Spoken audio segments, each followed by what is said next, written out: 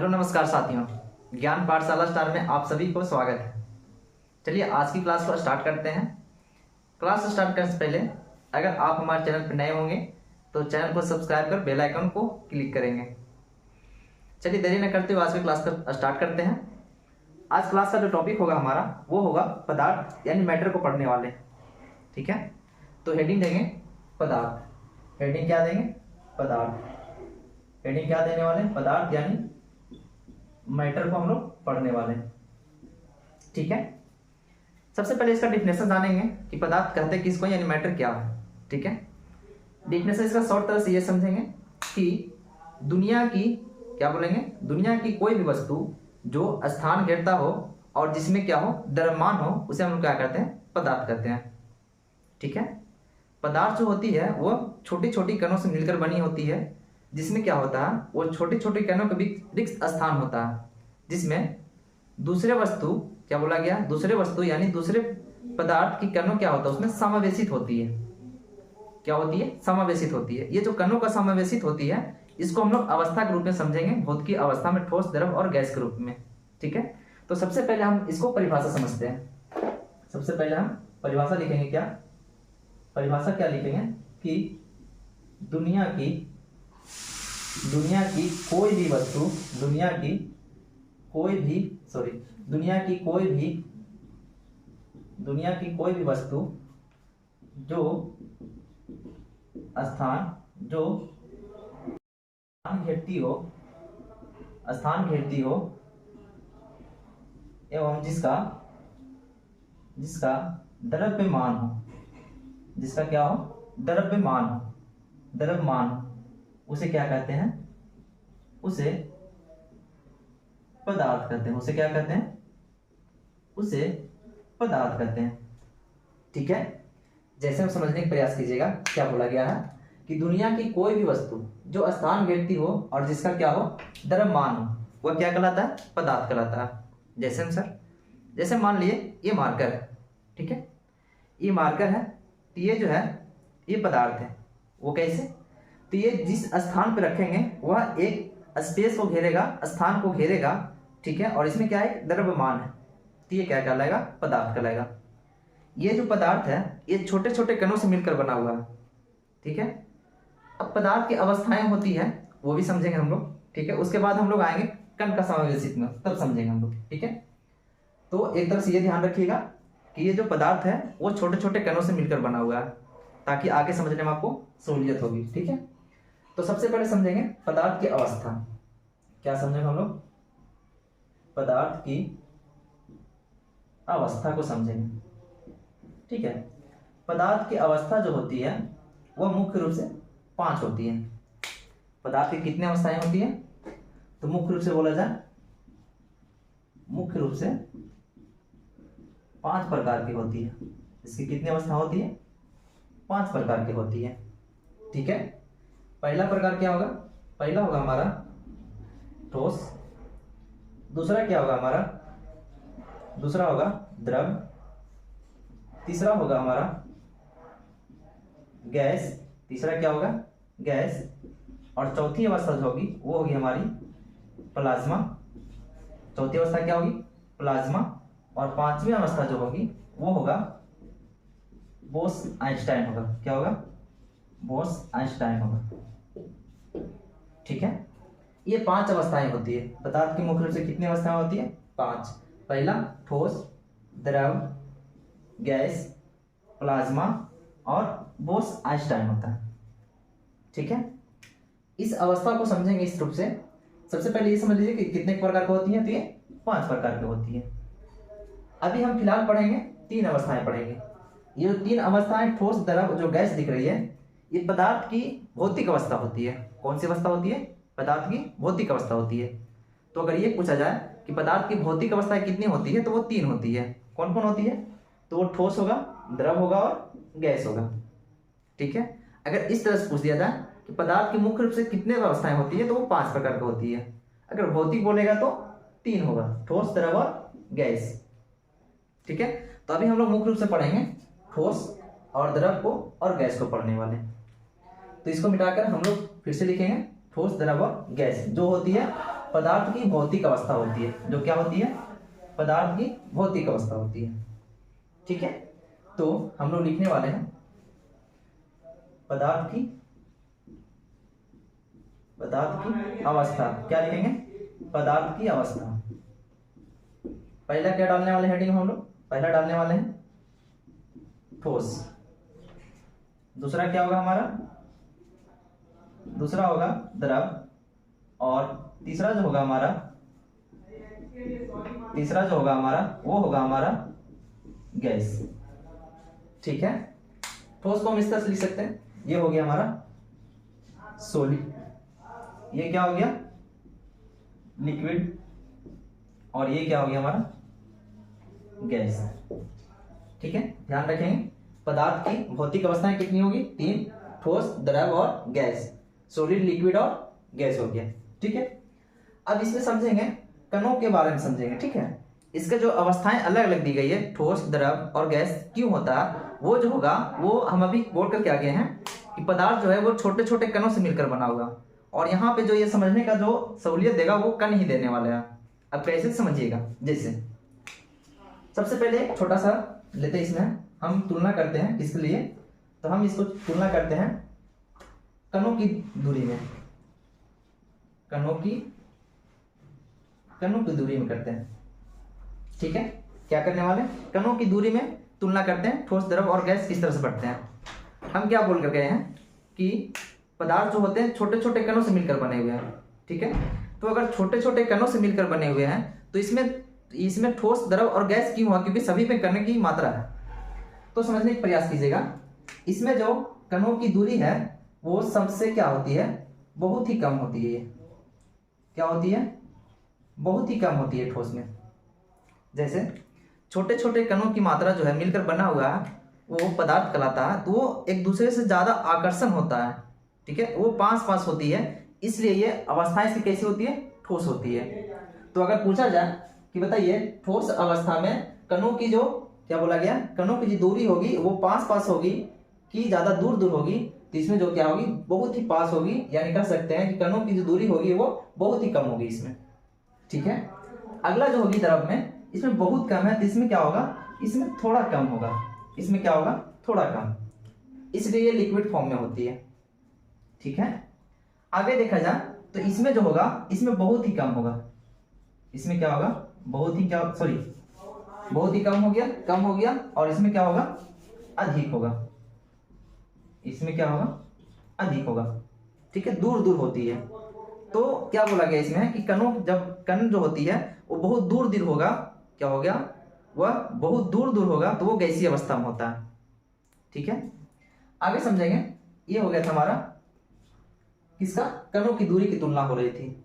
ठीक है, आगे समझने का प्रयास कीजिएगा। अब इसी में समझते हैं, हम यहीं पे इसी में क्या समझते हैं, एक और तुलना करते हैं, उसके बाद समझेंगे। कणों की दूरी होगी, अब हो गई आकर्षण बल। अब क्या हो गया? आकर्षण बल। कणों में आकर्षण बल सबसे ज्यादा किस में लग रही है? ठीक है, तो अगर जाहिर सी बात है, अगर इसमें कणों की दूरी सबसे कम है तो सबसे कम क्यों है? क्योंकि आकर्षण बल ज्यादा है।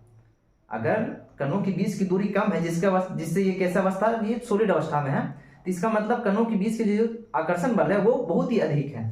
तो इसमें क्या होगा? आकर्षण बल बहुत अधिक होगा। क्या होगा? बहुत अधिक होगा।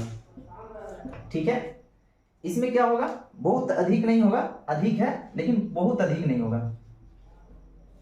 ठीक है, आगे देखा जाए तो गैस में क्या होगा? आकर्षण बल क्या होगा? कम होगा। इसमें क्या होगा? आकर्षण बल कम होगा। जैसे अगर गैस है तो उनके बीच का अणुओं के बीच की जो दूरी है वो अगर बहुत ज्यादा दूर है, इसका मतलब बहुत ज्यादा दूर क्यों है? क्योंकि आकर्षण बल क्या उसमें कम है। तो इस तरह समझेंगे, गैस का जो अणुओं के बीच का जो दूरी होगा वो क्या होगा? बहुत ही अधिक होगा, और आकर्षण बल क्या होगा? कम होगा। अब यहाँ से थोड़ा समझने का प्रयास कीजिएगा, वो जो हम कण के बारे में समझाने का प्रयास कर रहे थे कि कण जो पदार्थ है वो छोटी छोटी कणों से मिलकर बना हुआ है। ठीक है, छोटी छोटी कणों से मिलकर बना हुआ, और कणों के बीच में क्या होता है? स्पेस होता है, यानी रिक्त स्थान होती है। तो अगर ये सॉलिड अवस्था में है तो इसके बीच में रिक्त स्थान है, लेकिन बहुत ही कम है। रिक्त स्थान क्या है? बहुत ही कम है। इसमें क्या है? रिक्त स्थान थोड़ा ज्यादा है, और इसमें क्या है? रिक्त स्थान बहुत ज्यादा है। जैसे अगर मान लिया इसमें क्या बोला गया है कि कणों की दूरी इसमें कम है। इसका मतलब क्या, रिश्ताधन कम है, चिपका हुआ एक दूसरे से। इसमें क्या है कि कणों की दूरी कम है, यानी बहुत कम नहीं लेकिन कम है, तो इसमें थोड़ा सा रिश्ताधन होगा, ठीक है। लेकिन इसमें क्या हो गया कि कणों की दूरी बहुत ही अधिक है, तो अधिक है तो क्या होगा, ये दोनों कणों के बीच के जो स्पेस होगी यानी रिक्त स्थान होगा बहुत अधिक होगा। समझाने का प्रयास हम ये कर रहे हैं, समझाने का प्रयास ये कर रहे हैं कि जब ये दूरी जो दोनों कणों के बीच में जो दूरी है स्पेस होती है, इसमें क्या होती है, दूसरे पदार्थ का अणु इसमें क्या हो जाती है, समावेशित हो जाती है। अब ये क्या होता है इसको समझिएगा, समझाने का प्रयास ये कर रहे हैं। यहां से एक लॉजिक निकल रहा है क्या कि अगर ठोस पदार्थ को घुलाया जाए, जैसे मान लीजिए मार्कर है, इसको अगर घोलने का प्रयास करें तो ये पानी में नहीं घुल सकता है। क्यों नहीं घुल सकता, ये ठोस अवस्था में है। इनके बीच के जो अणु जो है एक दूसरे में पास पास चिपकी हुई है, तो इसमें जब स्पेस ही नहीं है, रिक्त स्थान ही नहीं है, तो इसमें दूसरे पदार्थ के अणु समावेशित हो सकती है, नहीं हो सकती है, इसलिए यह घुलनशील नहीं है, ठीक है। आगे आते हैं द्रव में। द्रव में क्या बोला गया कि इनके बीच के जो अणु हैं वो थोड़ा दूर दूर है, यानी बीच में रिक्त स्थान है, बीच में रिक्त स्थान है, तो इसका मतलब थोड़ा रिक्त स्थान है तो दूसरे पदार्थ के अणु जो है इसमें समावेशित हो सकती है। इसलिए जैसे मान लीजिए नींबू का रस और पानी जो होता है एक दूसरे में मिश्रण बन सकती है। तो ये क्यों मिश्रण बना, क्योंकि ये क्या हुआ, ये घुल इसलिए गया क्योंकि द्रव में अणु जो है थोड़ा दूर दूर रिक्त स्थान है, इसलिए दूसरे पदार्थ का अणु इसमें क्या हुआ, समावेशित हो गया। आ रही बात समझ में, इसलिए लिक्विड और लिक्विड जो होता है वो घुल जाती है। आगे देखा जाए, आगे है गैस। गैस में क्या है, इसके बीच का जो अणु है वो बहुत दूर दूर है, तो रिक्त स्थान बहुत है। अब इसको किस तरह समझें, जैसे मान लिए ये रूम है, ठीक है, रूम के अंदर हवा का मिश्रण है जिससे हम लोग ऑक्सीजन प्राप्त कर रहे हैं। अगर इसमें अगरबत्ती की काठी को जला दिया जाए तो उससे जो निकलने वाली गैस होगी तो वो सुगंधित होगी, तो वो पूरे रूम को सुगंधित कर देगी, ठीक है। गैसें जो है अगरबत्ती से थोड़ी सी निकल रही है लेकिन रूम पूरा सुगंधित हो जा रही है, तो उसमें विसरण की मात्रा बहुत तेजी से फैलता है। उसमें क्या हुआ, अणुएं जो है बहुत दूर दूर है तो समावेशित बहुत जल्दी उसमें हो गया, इसलिए उसमें क्या हुआ, गैस विसरण हो गया, यानी इसमें समावेशित अधिक रूप से हो गया, ठीक है। अब आगे समझेंगे, ये हो गया कणों की दूरी, ये हो गया आकर्षण बल। आगे हम लोग समझेंगे आकृति को। आगे हम लोग क्या समझने वाले हैं, आगे हम लोग समझेंगे आकृति को। ठोस यानी ये मार्कर है, ये ठोस अवस्था में, इसकी आकृति क्या निश्चित है, इसको नीचे रख दें इसको नीचे रख दें या फिर ऊपर फेंक दें, ये निश्चित रहने वाला है। इसकी आकृति क्या होगी, निश्चित होगी, इसकी आकृति क्या होगी, निश्चित होगी, ठीक है। द्रव की आकृति निश्चित नहीं होती है, क्यों नहीं होती है, जैसे एग्जांपल के तौर पे समझेंगे, ये ग्लास है, ये पानी है, इसमें अंदर क्या पानी है, ठीक है। अगर ये ग्लास में रखे हुए हैं तो ये ग्लास का शेप का हो गया, ठीक है। इसको अगर कटोरी में रखा जाए तो कटोरी का शेप का हो जाएगा, यानी इसको जिस बर्तन में रखा जाएगा वो उसी का शेप का होगा, इसका आकृति निश्चित नहीं है, तो इसकी आकृति क्या होगी, अनिश्चित होगी। क्या होगी, इसका आकृति क्या होगी, अनिश्चित होगी, ठीक है। आगे बात की जाए गैस की। गैस की आकृति ये भी क्या होगी, अनिश्चित होगी। जैसे अगर माना जाए तो इसको अगर ये गैस को किसी बर्तन में अगर बंद करके रखा गया है तो उसी के शेप में आएगा, अगर और कहीं रखा जाए तो वो उसी के शेप में आ जाएगा, तो ये भी क्या होगी, अनिश्चित हो जाएगा, ये भी क्या होगा, अनिश्चित हो जाएगा, ठीक है। तो द्रव और गैस की आकृति जो होती है अनिश्चित होती है और ठोस का क्या होता है, निश्चित होती है, ठीक है। आगे बात करने वाले हम लोग कणों की दूरी हो गया, आकर्षण बल हो गया, और क्या हो गया, आकृति हो गई। अगला जो होगा हमारा वो होगा हमारा आयतन, वॉल्यूम की बात की जा रही है, ठीक है। आयतन की बात करेंगे तो ठोस का आयतन, ठोस का क्या होगा, आयतन। ये मार्कर की हम कंपेयर कर रहे हैं हमेशा, इसको भी समझेंगे फिर से। ये ठोस अवस्था में तो इसका आयतन क्या होगा, निश्चित होगा। इसका आयतन कहीं भी परिवर्तित नहीं होने वाली है, जितना आयतन अभी भी है दूसरे स्थान पर भी आयतन उतना ही होने वाला है, ठीक है। तो इसका आयतन क्या होगा, निश्चित होगा, इसका आयतन क्या होगा, निश्चित होगा, ठीक है। द्रव के आयतन की बात की जाए तो फिर से हम गिलास को लेते हैं और समझते हैं, इसमें अगर लिक्विड में पानी है, द्रव है, ठीक है, तो इसका जो आयतन यानी ये अभी इतना मात्रा में है पानी, तो किसी दूसरे बर्तन में रखेंगे तो मात्रा उतना ही होने वाला है, यानी आयतन चेंज नहीं होने वाला। तो इसका भी आयतन क्या होगा, निश्चित होगा, इसका भी आयतन क्या होने वाला, निश्चित होने वाला, ठीक है। और गैस की आयतन क्या होगा, अनिश्चित होता है। अनिश्चित कैसे होता है समझिएगा, अगर मान लिए कि वो जहां भी जाएंगे जिस स्थान पे अगर चेंजेस करते हैं उसको गैस को, तो अभी मान लिए इसको इसमें रखेंगे तो इस शेप का आकार का तो रहेगा इसमें, लेकिन ये क्या होगा, अभी इसमें बंद है तो इतना ही आयतन है, लेकिन जैसे इसकी खुली अवस्था हम छोड़ेंगे तो इसका आयतन क्या हो जाएगी, बढ़ जाएगी। आ रही बात समझ में? तो ये भी क्या होगा, इसका आयतन क्या होगा, अनिश्चित होगा। इसका आयतन क्या होने वाला, अनिश्चित होने वाला। ठीक है, इस चीज समझ रहे होंगे। आगे हम लोग समझेंगे आयतन के बाद घनत्व को समझेंगे। क्या समझने वाले, लास्ट घनत्व। घनत्व क्या होता है, घनत्व जैसे आप लोग सुने होंगे बिहार का जनसंख्या घनत्व बहुत ज्यादा है। क्यों बहुत ज्यादा जनसंख्या घनत्व ज्यादा है, क्योंकि क्या बोला गया है, जनसंख्या घनत्व ज्यादा है, इसलिए मतलब क्या बोला गया है, उसमें स्थान कम है और उसमें जनसंख्या ज्यादा है, तो वो घनत्व ज्यादा हो गया।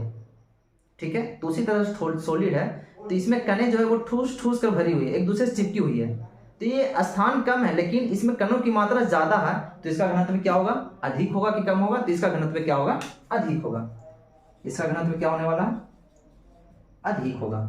ठीक है, लिक्विड की बात की जाए, द्रव की, तो द्रव में क्या है, कणें थोड़ा दूर दूर है, इसमें क्या है, रिक्त स्थान है, तो इसमें क्या होगा, इसमें क्या होगा, घनत्व कम होगा। इसका घनत्व क्या होगा, कम होगा। ठीक है, लेकिन गैस में क्या होगा, गैस में क्या होगा, ये कणें बहुत दूर दूर है, यानी स्थान ज्यादा है और जनसंख्या कम है, तो इसका मतलब इसका क्या होगा, घनत्व बहुत ही कम होगा।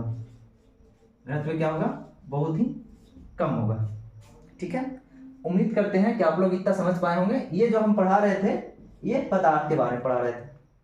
ठीक है, अगर क्लास अच्छी लगी होगी तो कृपया क्लास को लाइक करेंगे और शेयर करेंगे। जय हिंद।